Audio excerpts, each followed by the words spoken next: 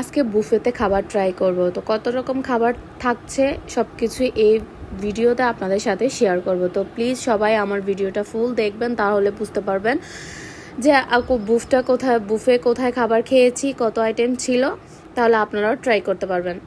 Hello everyone, আসসালামু আলাইকুম। সবাই কেমন আছেন? আলহামদুলিল্লাহ আমিও ভালো আছি। তো চলে আসলাম সুন্দর একটা ভিডিও নিয়ে। তো এদিকে ফার্স্টে আমরা বুফেতে 9 তলায় চলে আসলাম।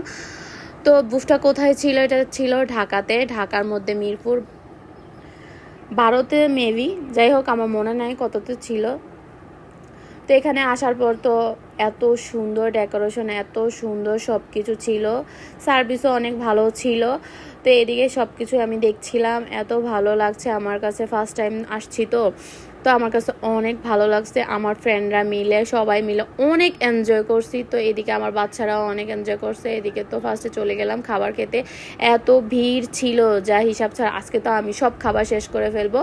পরে সব কিছু একটু একটু করে ট্রাই করছিলাম, এত ভিড় ছিল বলার মতো না। কিন্তু আমি তো বোকা, এই জন্য আমি সব কিছু খাবার নিয়ে অল্প, আমরা তো বাঙালি, দেখলে হুঁশ থাকে না, সব কিছু খাবার ট্রাই করতে গিয়ে খাবারই লাস্ট পর্যন্ত খেতে পারি নাই। যাই হোক, খেতে পারি নাই, তারপরেও আলহামদুলিল্লাহ অনেক ভালো লাগছে আমার কাছে। খাবার খাইতে পারি নাই এটা বড় বিষয় না, বিষয়টা হচ্ছে এটা যে বুফে আসতে পারছি, ফ্রেন্ডরা মিলে সবাই মিলে এনজয় করছি, এটাই অনেক। তো আমি সব কিছুতেই একটু একটু ট্রাই করছি। এদিকে বিরিয়ানি ছিল, বাঙালি বলে কথা, সবসময় যেটা খাই এটাই নিলাম। আমার ফ্রেন্ডরা তো বলতেছে আনকমন কিছু নিতে, কিন্তু আমি বললাম যে সব কিছু একটু একটু ট্রাই করি, তারপর খেতে পারবো। কিন্তু আমি তো একটু ট্রাই করে একটু খেয়ে আমার অবস্থা খারাপ, আমি ফুল খাবারটা শেষ করতে পারি নাই। তো আমার ফ্রেন্ডরা আমাকে অনেক খাবার দিয়েছিল, আমি যে বসেছিলাম আমি কিছু নিই না। পরে আমার ফ্রেন্ডরা আমাকে অনেকগুলো আইটেমের জুস দিয়েছিল, ওয়াফেল, বিভিন্ন ধরনের ফুচকা, বিভিন্ন ধরনের খাবার এনে না আমাকে সামনে দিয়েছিল। এরকম ফ্রেন্ড কয়জনে হয় বলেন? তো এদিকে এখন চাইনিজ ভেজিটেবলটা নিয়েছিলাম, আমার কাছে এটাই একটু বেস্ট লাগছিল। ফ্রাইড রাইসটা একটু লাগছিল। আমি স্প্যাগেটিটা খেয়েছিলাম, আমার কাছে অনেক ভালো লাগছিল। তা এগুলাই ছিল খাবার। তো আমি একটু স্প্যাগেটিটা একটু বেশি করে নিয়েছিলাম। যাই হোক, এটার নাম অনেকে চাইনিজ নুডলস বলে, যাই হোক আমি স্প্যাগেটি বললাম। আমার কাছে আমি অনেক বেশি নিয়েছিলাম, যেটা দেখে আমার কাছে মনে হচ্ছিল এটা মনে হয় অনেক টেস্ট হবে, এজন্য আমি একটু বেশি করেই নিলাম, যে এটাই আমি একটু বেশি করে খাবো। খেতে গিয়ে দেখি আমি তো বাঙালি মানুষ, আমার ঝাল ছাড়া কিছু ভালো লাগে না। একটু মিষ্টি ছিল, এজন্য আমার কাছে কেমন জানি লাগছে। তো এদিক দিয়ে সব কিছুই ট্রাই করলাম।